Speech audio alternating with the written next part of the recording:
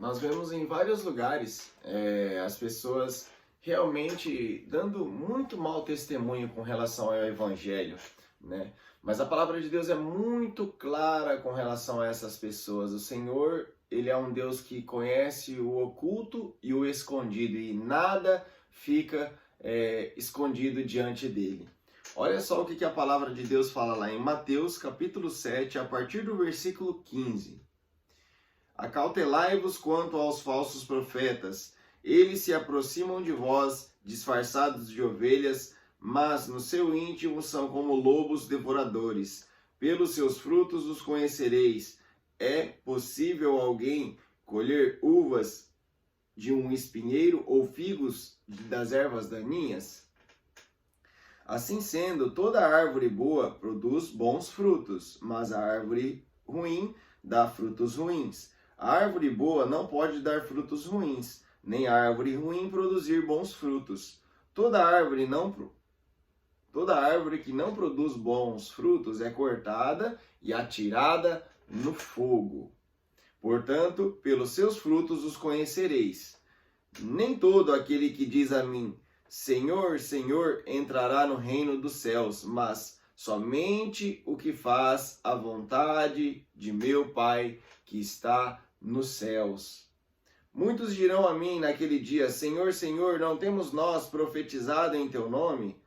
Em teu nome não expulsamos demônios, e em teu nome não realizamos muitos milagres? Então lhes declararei, nunca os conheci. Apartai-vos da minha presença, vós que praticai o mal. Algumas passagens falam que praticai a iniquidade. O que nós aprendemos com essa passagem? Pelo fruto conhecereis a árvore. A pergunta é, estamos terminando este ano, quais são os frutos que nós temos dado para o reino de Deus? Quais são os frutos que nós temos dados para o Senhor?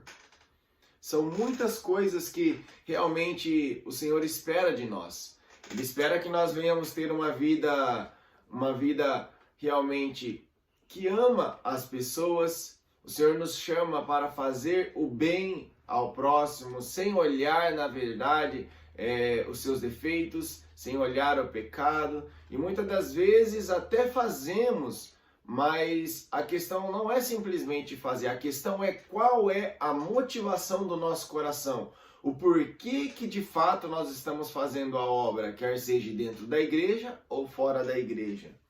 Existem muitas pessoas fora da igreja que têm feito caridade, que têm feito boas coisas, que realmente são princípios que estão na Bíblia e que muitas das vezes está agradando mais a Deus do que aqueles que estão dentro da igreja. E isso eu estou dizendo casos específicos, certo? Porque não vale de nada nós irmos na igreja, nós irmos na célula, nós fazermos estudo bíblico e aprendermos um monte de coisa e não colocarmos em prática. Conhecereis a árvore pelos frutos. Qual é o fruto que nós temos dado para Cristo? O nosso fruto precisa ser para a honra e glória de Jesus. Nós precisamos amar a Deus acima de todas as coisas e amar o nosso próximo como a nós mesmos. Independente se ele nos ofende, independente se ele peca contra Deus ou contra nós, a nossa função é estender a mão, é ir até essas pessoas e ajudá-las, é direcioná-las, é mostrar para elas o caminho certo em que deve andar, o caminho que deve se achegar a Cristo. Então que nós venhamos entender hoje e parar para meditar qual é o fruto que nós temos dado, para que não venha chegar o grande dia, né, que estivermos diante de Jesus, que hoje ele é o nosso advogado, mas no grande dia ele vai ser o nosso juiz. E aí que nós não venhamos ouvir essa frase, apartai-vos de mim, apartai-vos da minha presença, vós que praticai iniquidade. E ainda aqui fala, né, em teu nome expulsei demônios, né, em teu nome eu fiz muitos milagres. Não importa o tanto de coisa que nós fazemos.